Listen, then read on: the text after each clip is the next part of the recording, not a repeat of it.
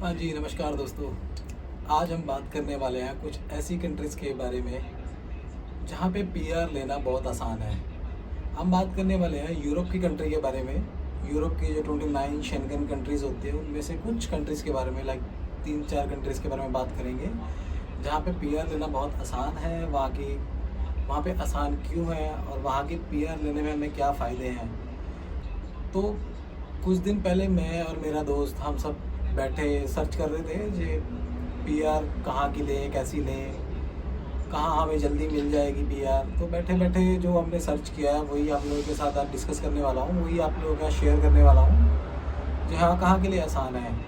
तो हमने जो सर्च किया है, जो सर्च करने के बाद हमें पता लगा है, और 3 कंट्रीज़ हमें ज़्यादा अच्छी लगी हैं, जो पोर्चुगल होगी, स्पेन हो गया और इटली होगी।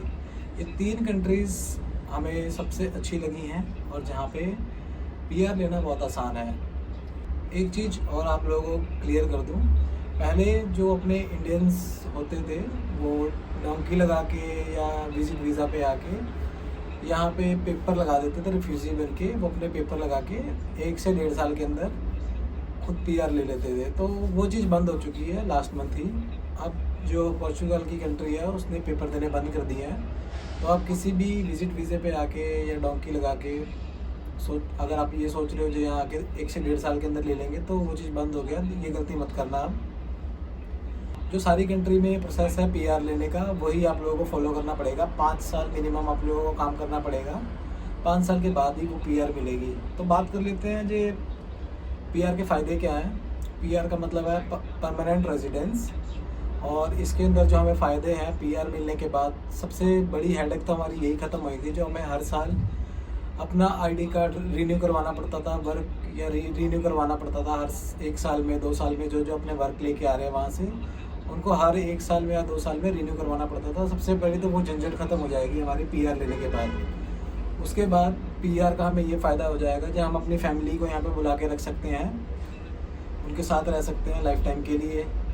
तीसरा बेनिफिट ये है जी 29 कंट्रीज़ तो वैसे ही हमारे लिए ट्रैवलिंग फ्री है। पीआर लेने के बाद हमें बाहर की जो कंट्रीज़ हैं वहाँ भी हमें बहुत सारी ऐसी कंट्रीज़ हैं जो ऑन अराइवल हो जाएंगी हमारे लिए। घूमना फिरना हमारे लिए ट्रैवलिंग बहुत इजी हो जाएगा, चाहे यूएस हो, ऑस्ट्रेलिया हो, कनाडा हो। ये सब कंट्रीज़ हमारे लिए बहुत आसान हो जाएंगी ट्रैवलिंग करने के लिए।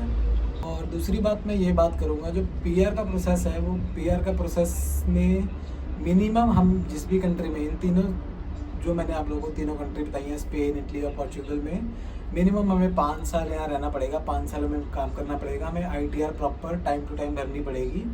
उसके बाद ही हम अप्लाई कर सकते हैं। और इसके साथ एडिशनल हमें A1 A2 इस कंट्रीज़ की जो बेसिक लैंग्वेज होती है वो हमें एग्ज़ाम क्लियर करने पड़ेंगे।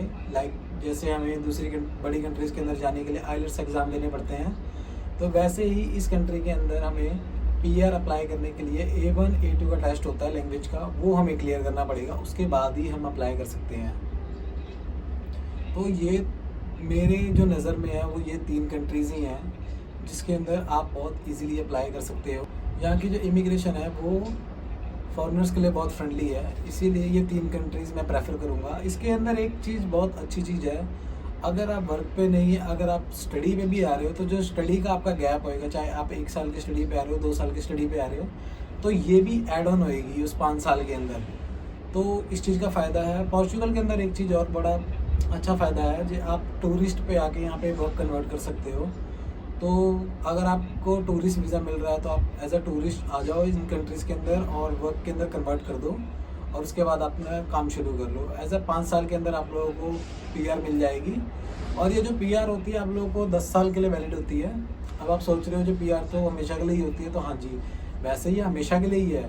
जैसे एग्जांपल आप लोगों को मैं दे देता हूँ, जैसे हमारा पासपोर्ट भी हमारे लिए हमेशा के लिए ही बनता है, पर वो उसकी एक एक्सपायरी डेट दे देते हैं जो हर 10 साल बाद आपको दोबारा रिन्यू करवाना पड़ेगा। तो वो जस्ट एक्सपायरी डेट दे रखी है उन्होंने पीआर की, जो 10 साल का तुम्हारे पास है, 10 साल बाद दोबारा एक बार रिन्यू करवा लो।